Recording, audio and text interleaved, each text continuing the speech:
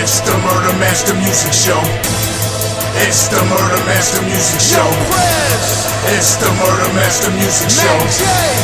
It's the Murder Master Music Show. It's the Murder Master Music Show. It's the Murder Master Music Show. It's the Murder Master Music Show. It's the Murder Master Music Show. Hip-hop is dead, but we don't resurrect it. You follow what mainstream says, but here it gets rejected. If you wearing tight jeans, don't expect to get respected. I'm from a time where wearing black was always on your checklist. From a time where faggots get checked if they reckless. From a time where if you got too much shine, we snatch your necklace. This real shit here, Illuminati, fuck the industry. We represent the street and they respect our street ministries. Take no shorts and cut the middleman, literally. This hip-hop savior, our birth scenes like nativity. This a place where no one sells out for reliability, and the masses can get a chance to explore more creativity. You gotta be kidding me if you call that hip-hop. Niggas with rocks, fades, and fluorescent flip-flops. We killin' Big Brother, cause we know he watch. You don't like what I'm doing, then you can suck mine. And you don't stop. It's the Murder Master Music Show. It's the Murder Master Music Show. It's the Murder Master Music Show. It's the Murder Master Music Show. It's the Murder Master Music Show. It's the Murder Master Music Show. It's the Murder Master Music Show. It's the Murder Master Music Show.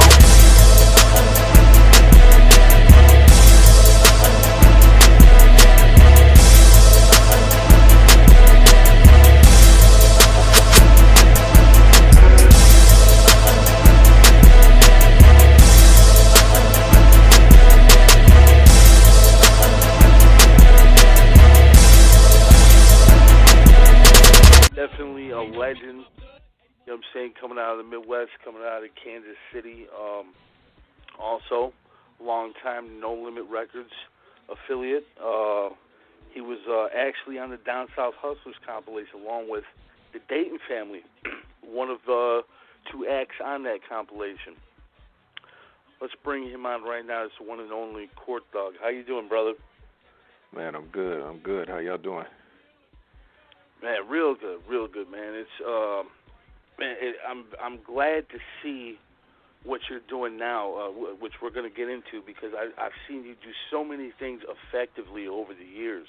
I was able to review, and I was able to make films, and we're going to get into all that. But let's take them back to the beginning. When did your creativity develop as far as you wanted to be a musician? Man, I think, growing up, man, coming from the Midwest, I'm from Kansas City, Missouri. Actually, it's funny, I think, because I was an artist. I actually could draw hella good when I was young, you know what I mean? So I think getting into some type of written expression, some type of poetry or something like that, I think was a natural transition for me. So, I could draw really good. I was kind of like like J.J. Evans from Good Times back in the day in Kansas City, you know what I mean? So I started rapping probably, it's crazy, probably around 89, 90, man. Like, I was a big Eazy-E, Ice-T fan, those was my influences, you know what I mean? Okay. I mean, back then in Kansas City, to be honest with you, and I went on record saying this, bro, like, it wasn't a whole lot of, I can just remember a few. It was like Pure Dope, these guys from Kansas City. I got to give love to them. I don't even know those guys, but they were older, but they had a tape out in the city. And it was like Pure Dope, Mass 187, and my partner Money G from SSP. They had a group called PICO, Partners in a Criminal Organization.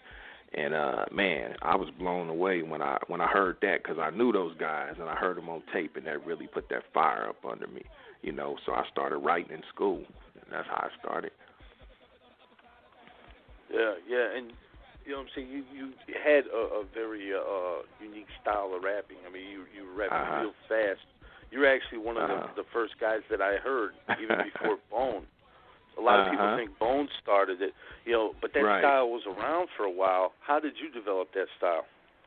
Man, I got the funniest story with that. See, the thing about that, me rapping fast, Yeah, I had been doing that before Twister, before Bone. Not saying it, but I stumbled on that because what had happened was it was hard for me to stay on beat, man. It was like it was something about my rhythm when we was doing, because a lot of the beats were slower back then, and so when I would rap slow, it was like I would get off beat at some point. I don't know why. My rhythm just was funny like that.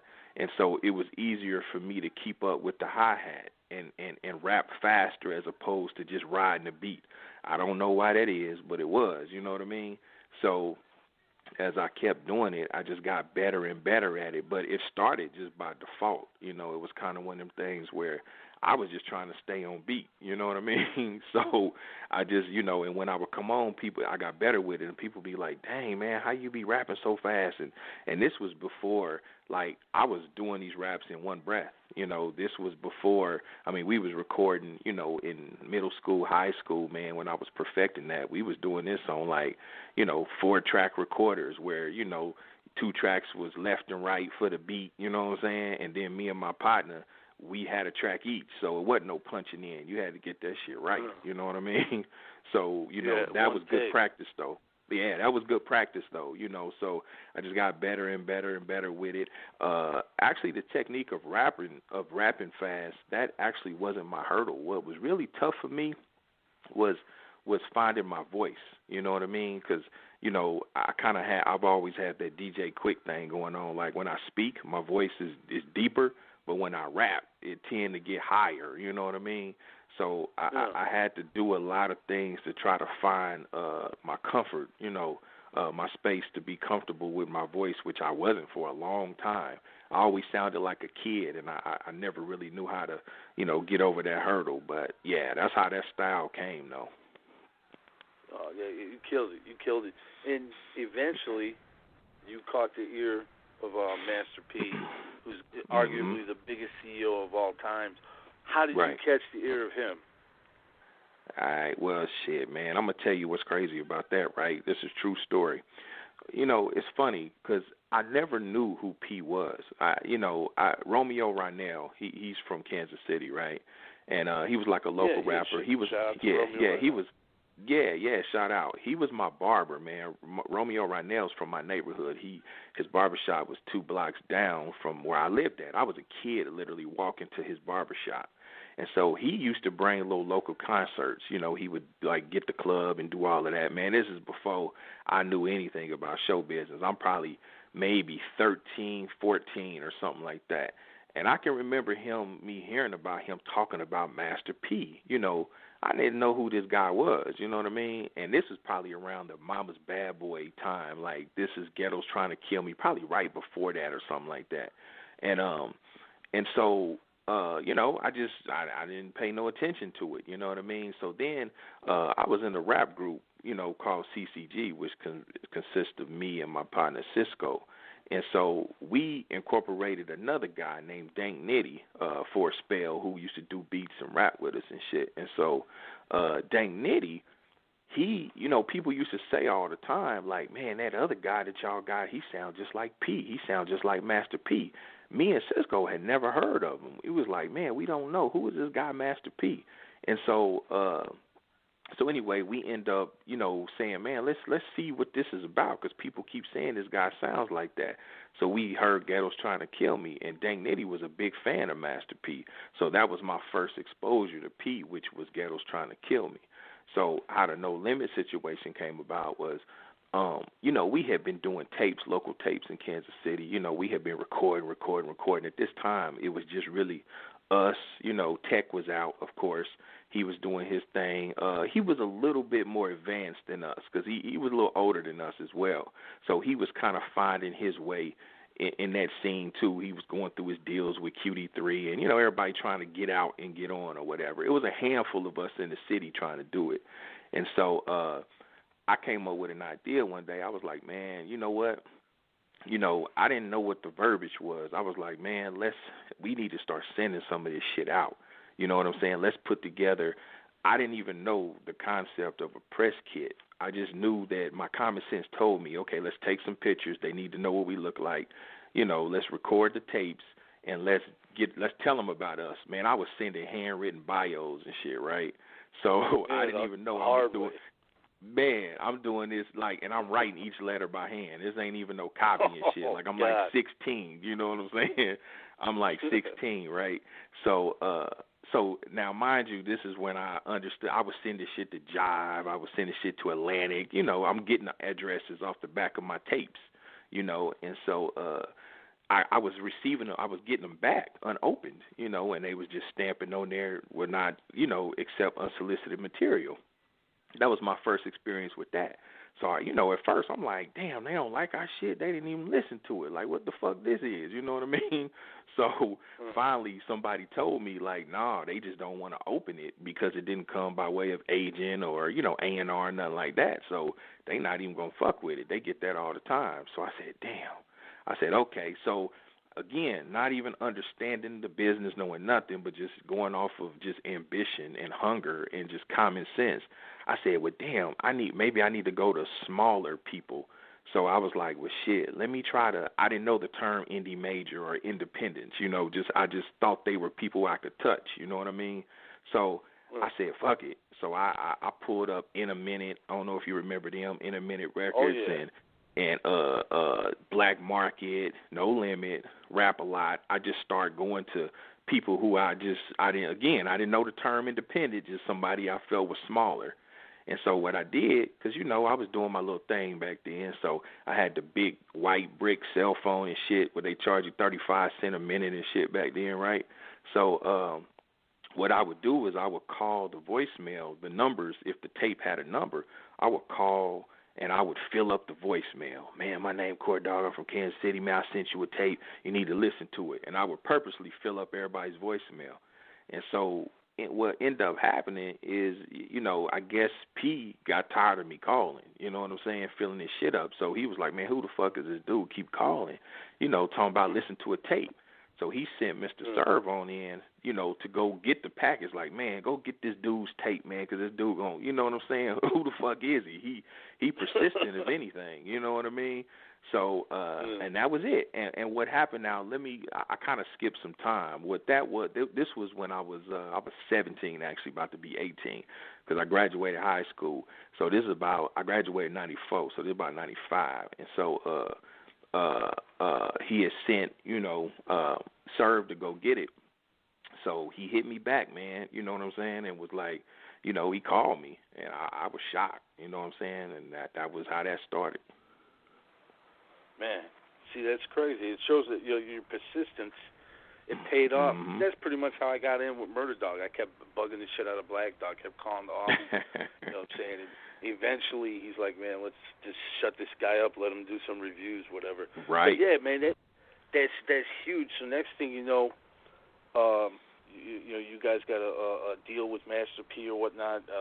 You're on the Down South Hustlers, which went gold at the time, which was huge. Right. So coming out of Kansas City, you would be probably the first artist with gold plaque credentials at that time.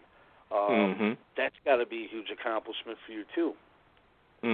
Oh, absolutely, yeah. You know, to be honest with you, man, I mean, I mean, you probably have to check I'm sure it's not too far from the truth, but I mean, to be honest with you, there's a lot of things I was the first of coming out of Kansas City. I mean, not to slight anybody or nothing like that, because I mean, we all, you know, contributed and made each other better. You know what I'm saying? And we all, you know, like I'll say it. I mean, you know, I could in some ways be considered, you know, one of the young bosses of Kansas City, but you know, in terms of music, you know, actual content and music, you know, I mean, you got to get at the Tech. You know, Tech is the king of Kansas City when it comes to music, you know what I'm saying? But like I've always said, I mean, myself, Rich the Factor, you know, Money G, Southside Posse, I mean, it's a host of them. I don't want to forget nobody, but, you know, we all contributed a brick, you know, to this illustrious foundation Tech has built on. You know what I'm saying?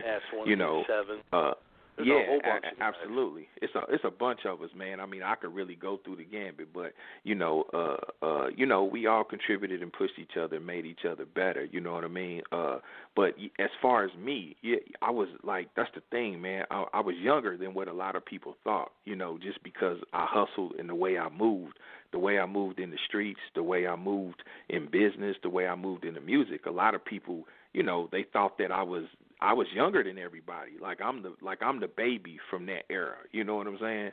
So yeah, I was the first one to bring a gold plaque back to the city in terms of rap music. At that time, and and that was the start of it right there, man. I mean, we was on, like it was cracking right there. And for those that don't know, we did the song R.I.P., which is on, I don't know, disc 1 or disc 2, I can't remember, but I was, the third? I was second? No, I was third. I can't remember. I was third, I think, on there.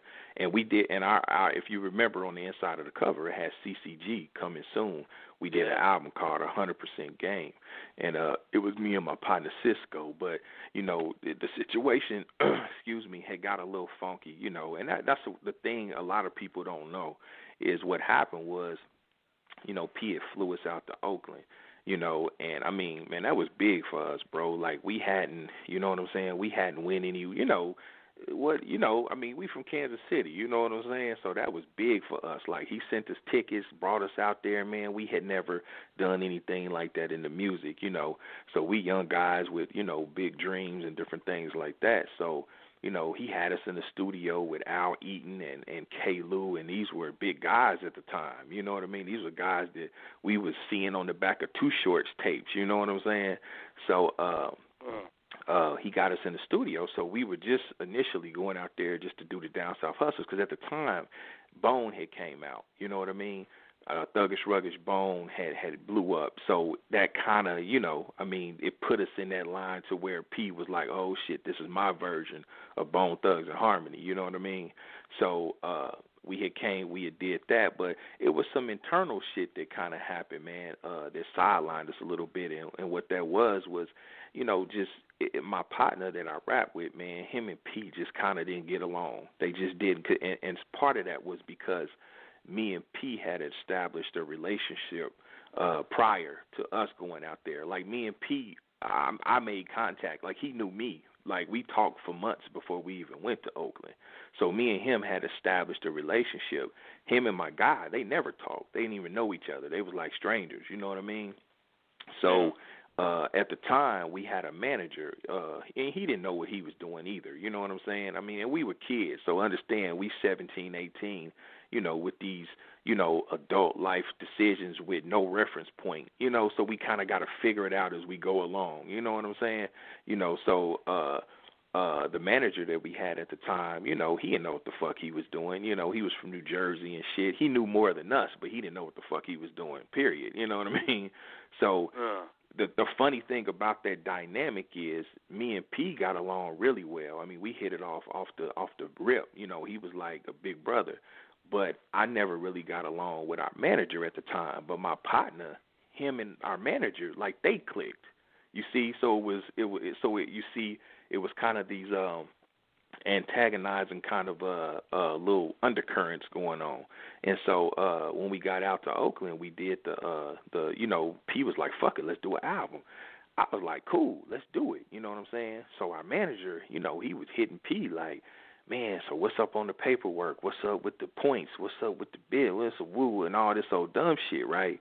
So, P was kind of like, he just starting out. He like, man, these guys, ain't nobody checking for these guys. Like, I'm giving them an opportunity. Like, let's see what happened. I mean, let's see what happened, and then we'll go from there. So I can remember, I'm 17, man, again, common sense, and just, my mind frame was like, okay, it ain't like we got a bidding war right now. It ain't like we got a bunch of labels checking for us at the point, at this moment. I said we popular back home a little bit, but you know what I'm saying? That ain't shit, not where we trying to get to, you know what I'm saying? So I said, well, fuck it. My exact words was like, let's go ahead and do it, you know what I'm saying? And once the shit blow up, if the shit do what it's supposed to do, then we make ourselves viable. then, shit, he got to, make it right with us and do what we got to do. You know what I'm saying? Like, I thought like a hustler because that's really what I was doing. You know what I mean?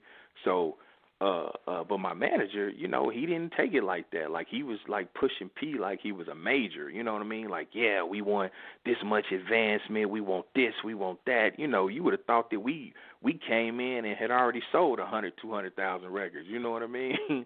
So, it put me in a precarious position at that time because, it was like, fuck. It was like, damn, I can remember P like, man, you my nigga. You know what I'm saying? Like, I'm vibing with you, but the baggage and shit that you coming with, like, that shit is complicating shit. But again, at 17, I'm like, well, shit, I came with my guy. Like, it got to be both of us or nothing. You know what I mean? So P respected that. He was like, I respect that, man. So what happened was we went back to Kansas City, and that's where you see me start grinding out independently. But me and P always kept a relationship. Even through, his heights, I could always get him on the phone. He finagled my relationship with Selecto, with Southwest at the time. Like, he walked me through all of that. So it wasn't like okay, fuck you, nigga, go ahead, whatever. It was like, okay, man, I get it. You a solid dude. That's your guy. You know what I mean? You want to, you know what I'm saying? You being loyal and you want to do your own thing. I still got your back. So that's how that situation worked. Respected you for standing absolutely. your ground. Absolutely. And go ahead. No, I was just going to say, you guys went on to release a couple albums, and then you eventually went solo. At what point did you go solo?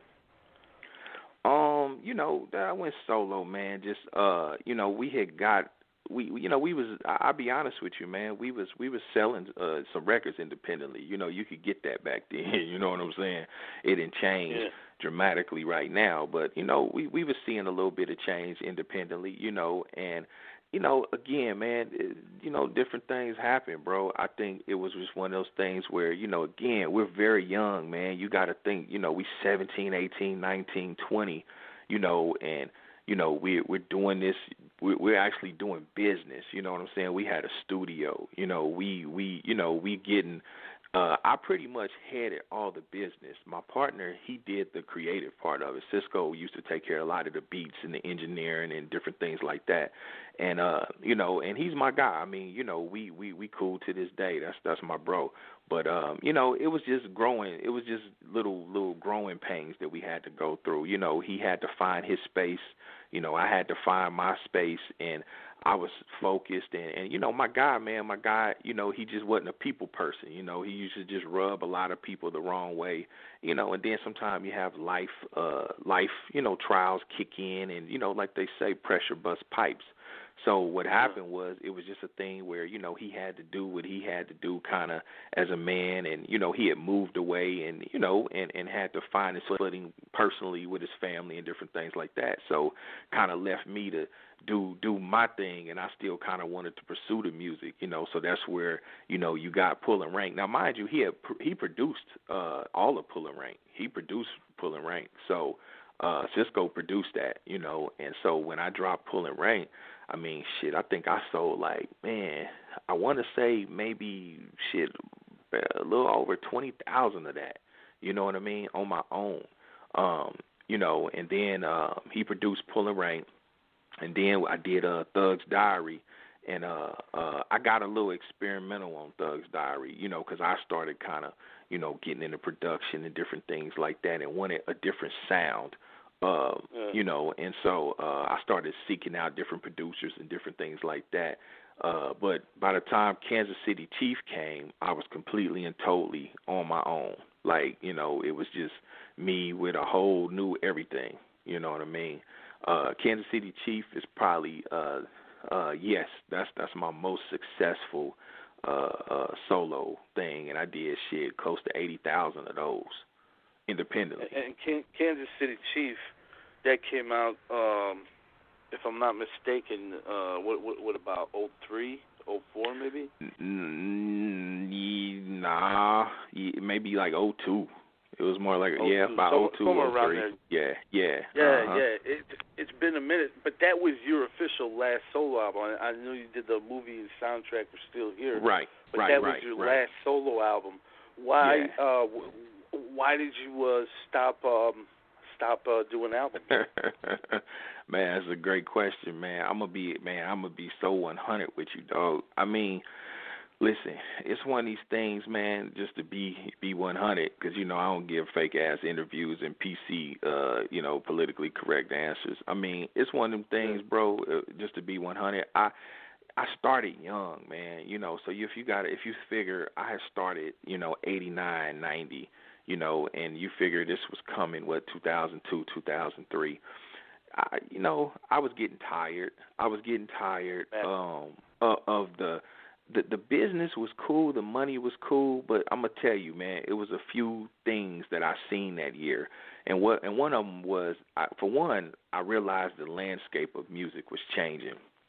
You had, drastic. like you had like the D4L, the Laffy Taffy. You had a different type of thing coming in, and it wasn't. I wasn't with it, and I'm not knocking those guys. I'm just saying I wasn't with the movement even at that time. You know what I'm saying? And I said, well, damn, in order for me to have some staying power, I'm gonna have to kind of change and get on this page, and it just wasn't comfortable for me. You know what I mean? I was like, the shit gonna sound fake, and it's not gonna be comfortable. You know what I mean? I mean, some people can reinvent themselves and different things like that, but at that time, I just felt like the landscape of the music and where it was going, I just fucking wasn't with it. You know what I mean?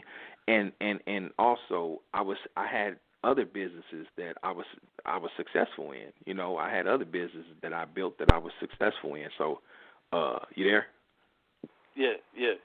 Okay. Sound like it clicked off. So, I think my co-host is on the line. Oh, okay. So I had other businesses that I was successful in, and quite frankly, man, I just didn't need it like that. And it was an instance where I was I did a little Midwest like tour, like promo tour.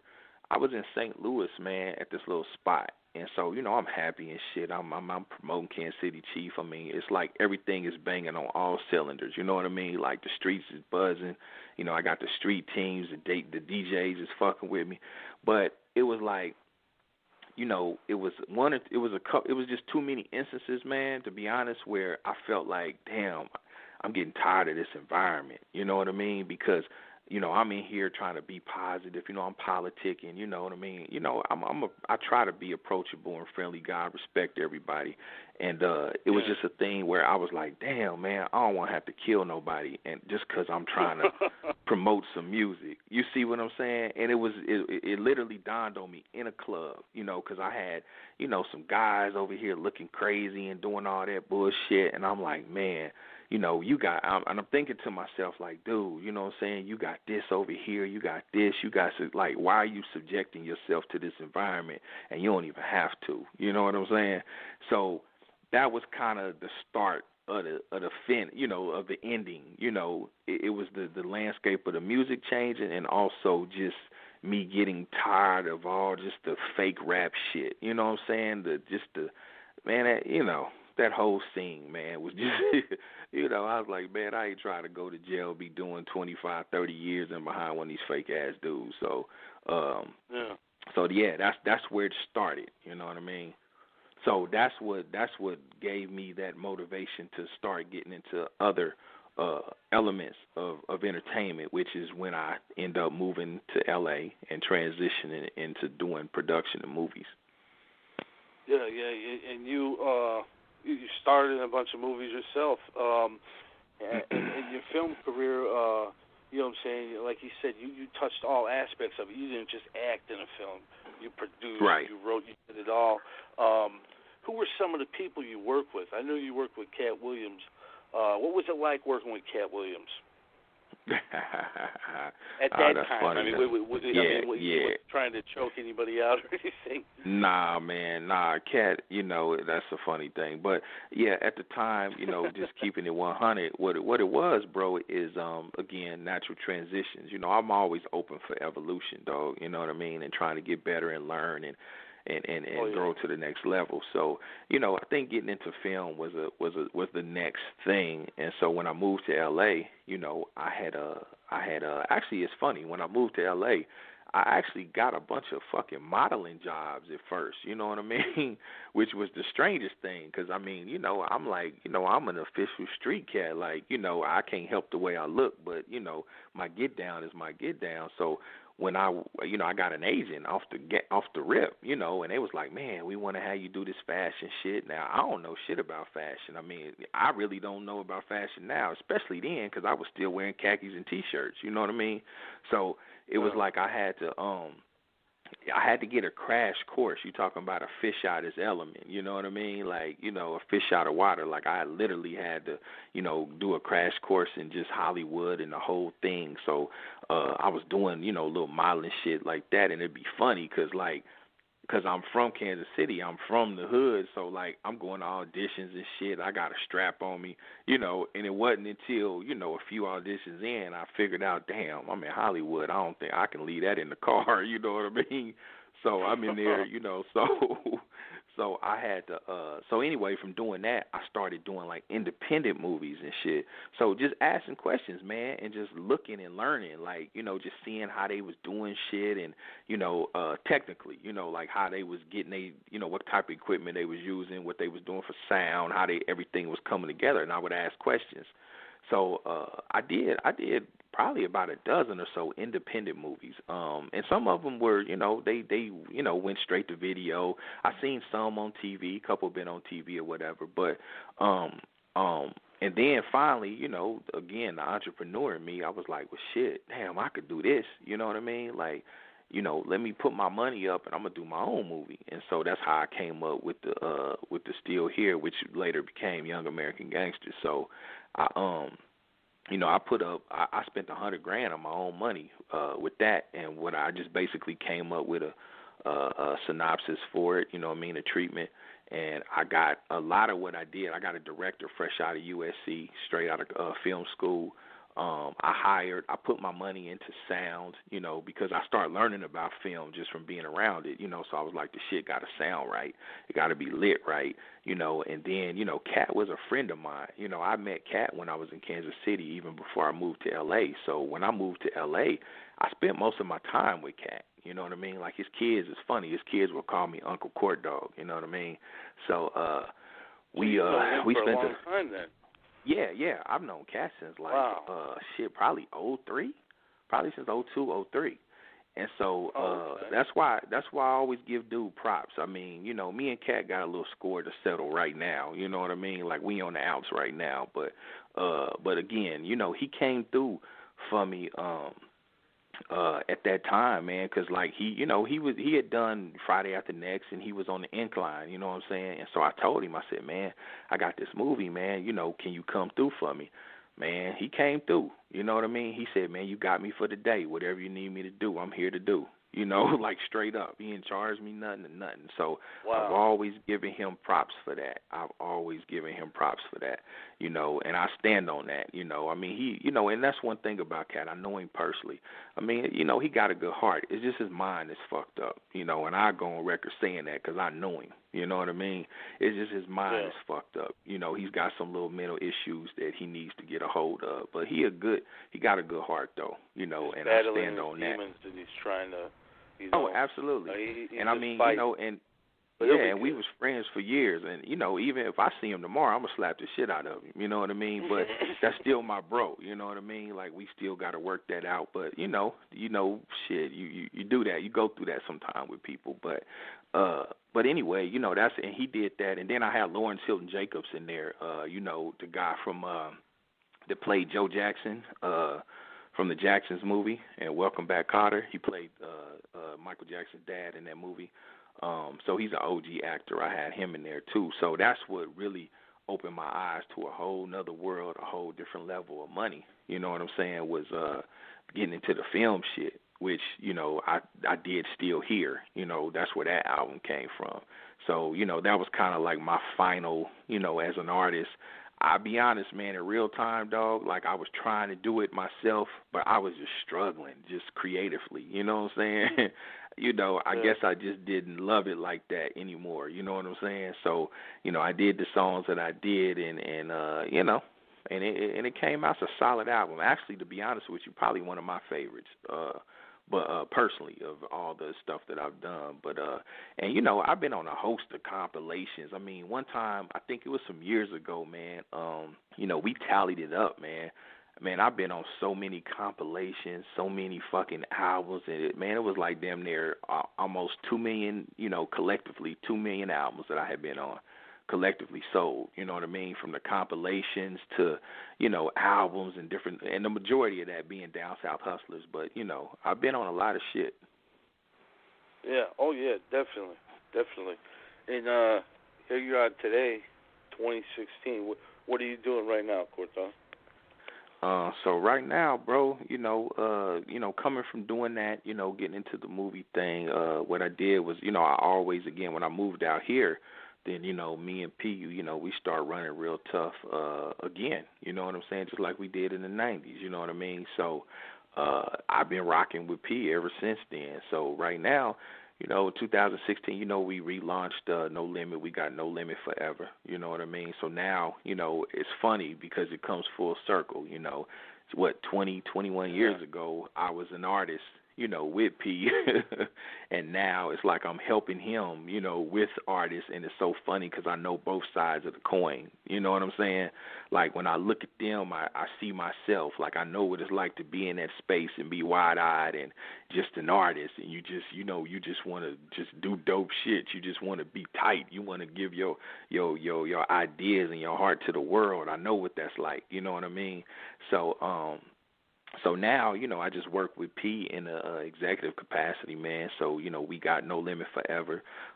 We got the reality show, the Miller Family Dynasty. We got that on what is that? Comes on Reels. We got Growing Up Hip Hop that we shooting right now with Rome. We got the new artist. We got Black and Mild. He's a producer. He's producing a lot of our shit. We got Ace B47. He's from New Orleans. We got Jay Slug. We got Mo Roy. We call him the Trap Michael Jackson. He the new guy. He from D.C., man. He about to blow up. You know what I mean? So we got a lot of new, fresh, young talent. So that's really what we focused on right now on the No Limit side. P got a movie coming out that he's doing this summer called Angola. I'm actually in that movie with P. It's a true story about 3 prisoners that was falsely accused of a murder in Angola. It's actually a big movie. So P, I believe P is the lead, and I got one of the supporting roles in that. And then, we getting ready to do King of the South, P's biopic, like the Straight Outta Compton thing. So we go into production for that this year, and that's a $30 million movie. You know what I mean? So be looking for that. Put some big money behind that King of the South.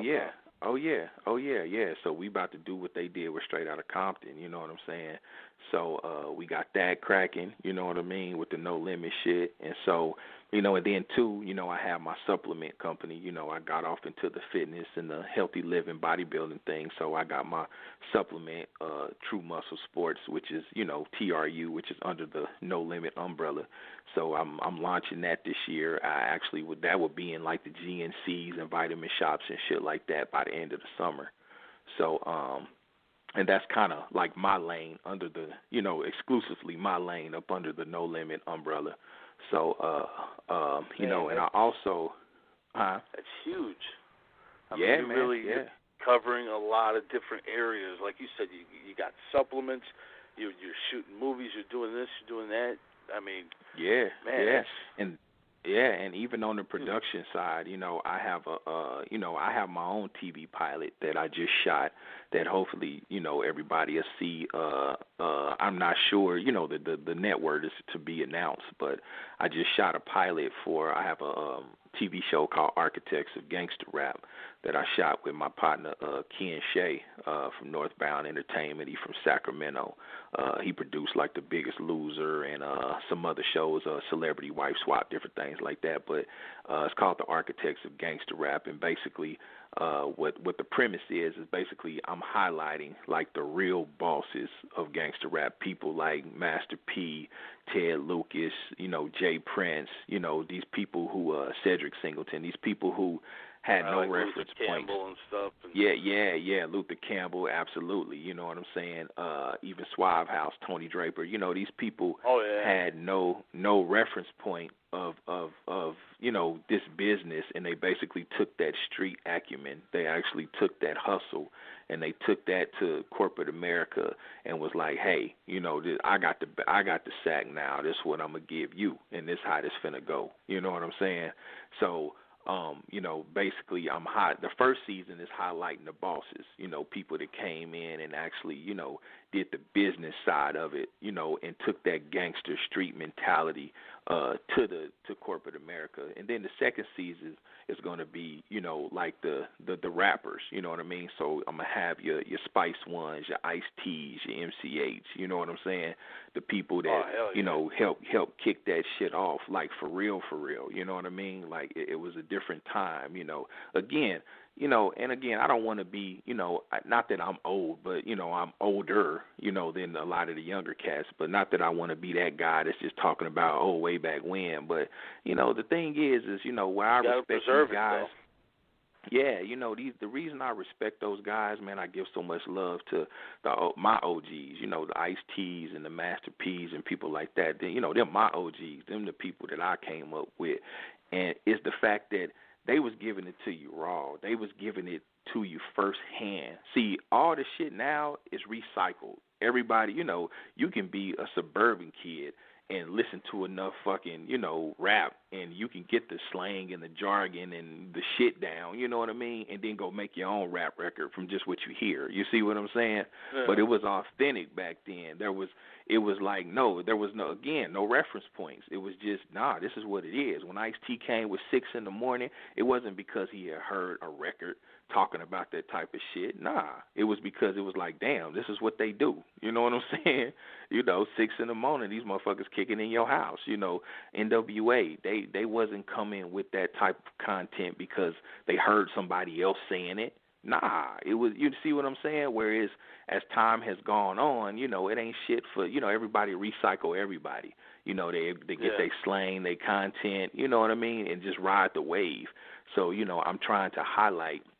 And listen, I'm not knocking these guys. I love that they can do something positive and express themselves and get in and do business and feed their families. Absolutely. But, in terms of the essence of, because, I can't necessarily say I'm really about hip-hop.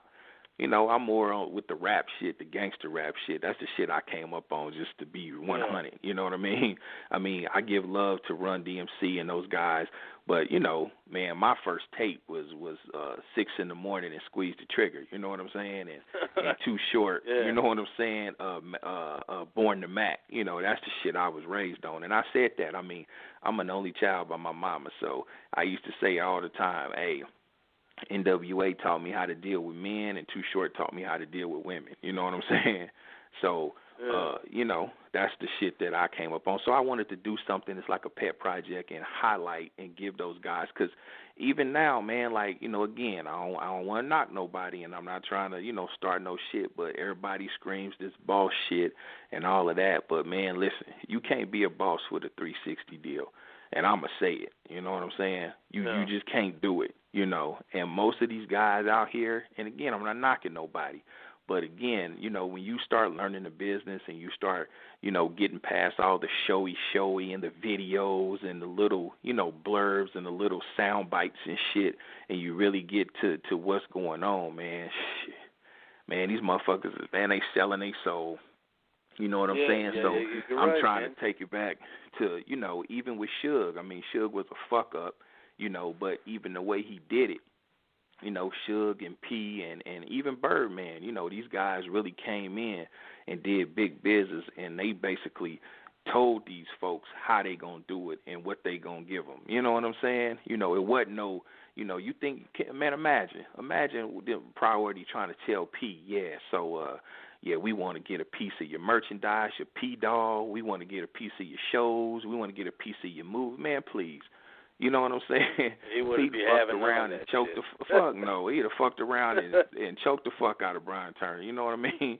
So, but nowadays, you know, these dudes, they doing that type of shit. You know what I mean? And again, I'm not knocking nobody, but you know, I'm just saying you got to be 100 with yourself. You know, and the public, they don't know the difference because they get. And I guess that's what my thing is. It's just know the difference. You see what I'm saying? You know, I know some of these guys are fake. I know some of them, you know, I'm not going to say I know them personally, but I know them close enough to know that what they talking about is some bullshit, but it sound good. So when I listen to it, I can decipher the difference. You know what I mean? Like, oh, yeah, you said some fly shit. It sound good. You a fake-ass nigga, but, you know, you make great records. You know what I mean? So I know the difference, but you have a lot of these youngsters that don't. Like, so it's like you believe in you believing in some fake shit. The music we bought as kids, and it's like you're following. You know, it's like you're following some fake shit. You know, you're trying to build your whole thing off of something that's fraudulent. You know what I'm saying? So. And again, you know, not to sound like, you know, oh, well, you know, a person got to be, you know, like in WA. You know, when I was a kid, I didn't actually think those guys was doing that. Spice One is my favorite rapper of all time. I never thought he was really out there killing motherfuckers. You know what I'm saying? But at least when I say real, I mean at least just be a real man. Just be, you know what I'm saying? Like, to me, you can't be no real man if you getting a 360 deal. And then you trying to paint the picture like you just running shit. You know what I'm saying? Like, that's some fraudulent shit. So you but talk about anyway, driving this car or that car, and you show up in some kind of broke down Chevy Nova. You know what I mean? That's what I'm saying. A lot of these, you know, Poison Clan said it in 1990, flogging. You know what I'm saying? Oh, yeah, that was my shit, Poison Clan. Still flogging to this day. You know what I'm saying? Like you said, it's worse now than ever. But, you know, to each their own. I always tell people, and I'm going to say this because I know you're on the move, but I'm going to say this. I'm really looking forward to Architects of Gangster Rap because I commend you for doing that. That's what we try to do here. We try to archive and preserve the legends and pioneers of this real shit. You know what I'm saying? In an era where the kids are gonna forget about it because these guys are literally getting phased out. You know what I mean? In another generation or so, that they're going to be phased out if it's not for cats like yourself making these types of films and series and stuff. So I commend you on that. Listen, I appreciate that, man. And I'm gonna tell you, though, what it is, man. It's just like, man, I don't want to, you know, again, the same way that Chuck D kind of, you know, is in a state of emergency just on hip hop in general and just where it's going. I'm kind of like that on the gangster side. You know what I'm saying? Because, man, when I'm seeing these little dudes and these guys, man, I don't know, man. I just, you know, I guess it ain't for me to understand, you know, but it's just like, man, it's just some weirdos. Like, it's like rap is just becoming so emasculated. It's just my opinion, you know what I mean? And it's just becoming so emasculated and just so watered down. Again, when you think about, you know, your Ice-T's, your Eazy-E's, and W.A., Spice Ones, Ghetto Boys, Scarface, you know, even, you know, when you think about DMX's and, you know, with some guys over that way that are great artists over on the East Coast, man, these guys was in their late teens, early, you know, 20s. So think about the content and how they changed the world and how they changed so many mind frames and the waves that they made. You see, now compare those, you know, a 21-year-old Tupac or, you know, a 21-year-old Scarface to a 21-year-old of today. It's like, oh, yeah, man, there's no, it's scary. It's scary. It's sad. You know what I'm saying? It's sad. It's scary. Sad. It shows me two things, Big Cord. It shows me, number one, you know, a lot of parents ain't involved, you know what I'm saying, in the raising of the youth properly. You know what I'm saying? I see a lot of kids, man, that just no respect. You know what I'm saying? Like when we were young, you knew if you did something wrong. I'm not saying I didn't do bad shit. Don't get me wrong. My mom has a lot of gray hairs because of me. but when you did something wrong, there were consequences. A lot of these guys are running around, no fucking consequences, and nobody's checking them. Yeah, man. That's a problem, yeah, man. too. I don't see people Yeah, getting absolutely. And when I think about the music, like with the youngsters, man, listen, dog, I really got something out of it. Like Scarface, man, like I learned so much through that music. Like Too Short taught me how to step to a bitch with confidence. It wasn't about, being degrading or nothing like that, but he taught me how to be confident. You know what I'm saying? Like, man, listen, you know how to talk no matter how you look or what you ain't got or what you got. Man, you step to that bitch. You know what I'm saying? So, even with 40, in the streets, I always say this, E40, man, he if you was listening, man, he was lacing you on how to get your money and try to stay up your ass up out of jail and do something else. You know what I'm saying? If you was listening close enough and you really was from that. You understand? So you was getting something from these guys. When I have paintings, I have canvas paintings of Ice-T's Power album up in my house, big ass 4x4 of the front and the back of it. You know what I'm saying? With Darlene turned around. You know what I'm saying? Yeah, but why? Drama. Because, that's my favorite track off that album. Drama, absolutely, Drama. That was one of my favorite tracks on there. So when you listen to that and High Rollers, you know what I'm saying? When you look at when I seen High Rollers, like, man, dude was lacing you. He was giving you something. You know what I'm saying? So. And again, I'm like, man, these you ain't getting nothing. Even with Spice One, when you hear, when you read through all the, 187, he wrote different things like that. It's entertaining, but when you get to Welcome to the Ghetto and shit like that, man, that was real shit. You know what I mean? When you talk about America's Most Wanted, Ice Cube, I mean, all of Ice Cube's albums, I mean, he's always got some, I guess it's a thing of just lacing you with some how to navigate out here in this world. It's more than just being gangster. Yeah, get your money. 40 was like, yeah, if you're going to hustle, get your money, woo, but you got to move like this, and you got to look out for this, and you got to have a plan, dog. These motherfuckers now is just on some fuck it, run out. I ran off on the plug. What you teaching these young guys? These motherfuckers, man, you teaching this guy to run off on the plug? Come on, man. That ain't how it go. You gonna get these guys killed. You know what I mean? That's not real game. That's not game. That's not how it go. No. Gangster rap raised awareness, you know what I'm saying? And if you're gonna be in the street Spice shit, my was thing conscious. Spice told you the saying. consequences of what was gonna happen to you. On songs like Face of a Desperate Man, or like you said, that's what I'm saying. Ghetto. Exactly. Cats didn't, you know what I'm saying, they didn't really pick up on it. And the ones that did pick up on it, I think they wanted to shut it down because it was too powerful. It had a lot of influence to smarten people up about what was going on in the political realm, what was going on in the street. Right. You know what I'm saying? So they had to suppress it, and as a result, that's what we got today. And they dumbing it down. You know what I'm saying? And see, that's my thing. Look, I'm not even saying. Listen to what I'm saying. Let me be clear. I mean, it's something for everybody. Listen, I was a big fan of Brother Lynch and Gangster Nip, and these niggas was talking about eating folks. It was very entertaining. You know what I mean?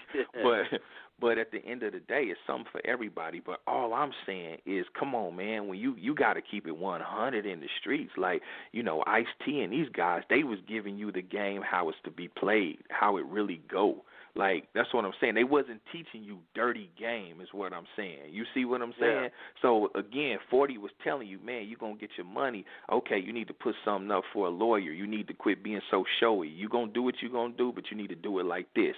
Fly under the radar. Don't be flamboyant. Don't be boozy. All that shit. He was giving you the game. But, again, now you got motherfuckers, again, it's all just reckless. It's like, I'm trapping. Motherfuckers on social media, you taking pictures with money, dope, guns, so I'm talking about really the element, like motherfuckers are snitching on the community, they snitching on themselves, but they making it okay, and that's the part, I guess, because I really come from that, and to me it's sacred. The games would be sold, not told, so it's like, man, you teaching these young guys, if they do have in their mind that they in their element and they want to try to hustle or do something to try to, you're not even teaching them, okay, if you're going to do it, there's a way to do it and have a plan and get your ass out. You know what I'm saying? Like, you're not even telling them that. You just tell them, fuck it, go rob the plug.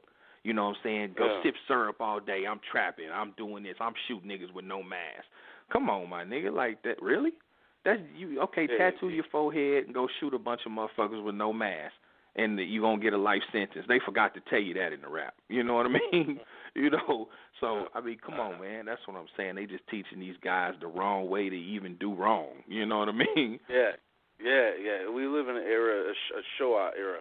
And you got all these stupid challenges, kids lighting themselves on fire. I mean, it's just ridiculous. Man, it's ridiculous. Come on. But hey, Court, it's I wanted before we do go, first and foremost, I want to thank you for coming on the show.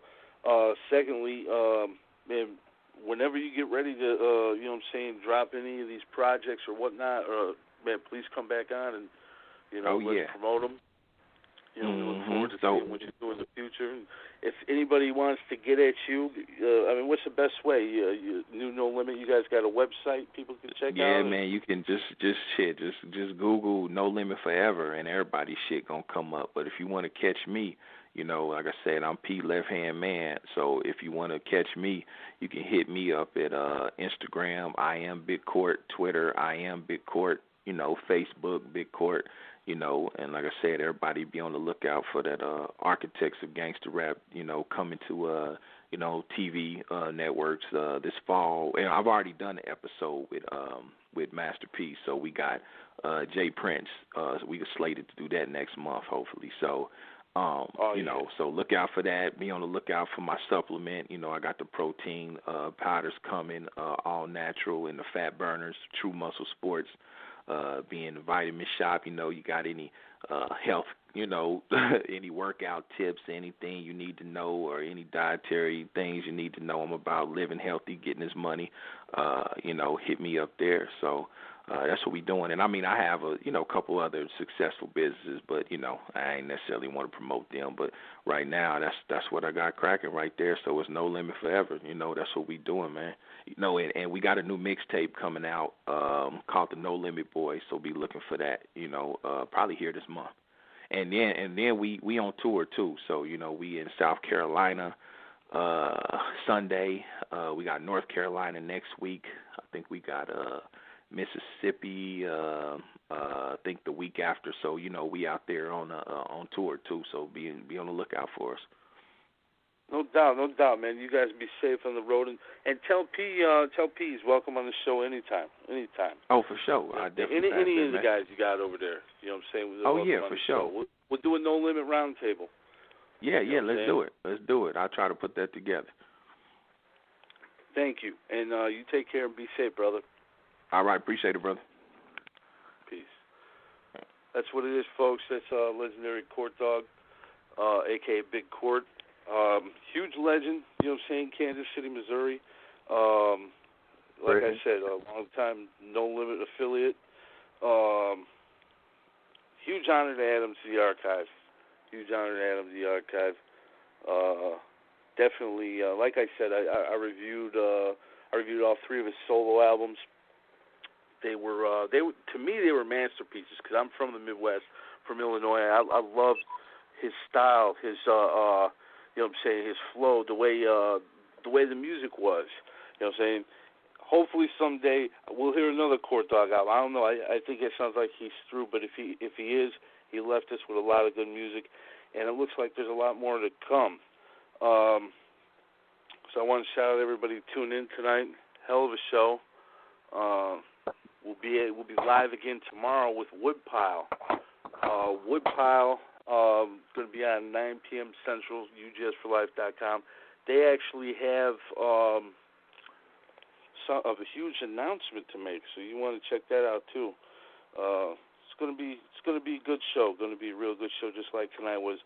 It was real good chopping it up with Court Dog. Here's one of the tracks he sent me by Master P, actually. Middle Finger. Check it out. New No Limit. It's a Murder Master Music Show, UGSforlife.com. We'll see you soon.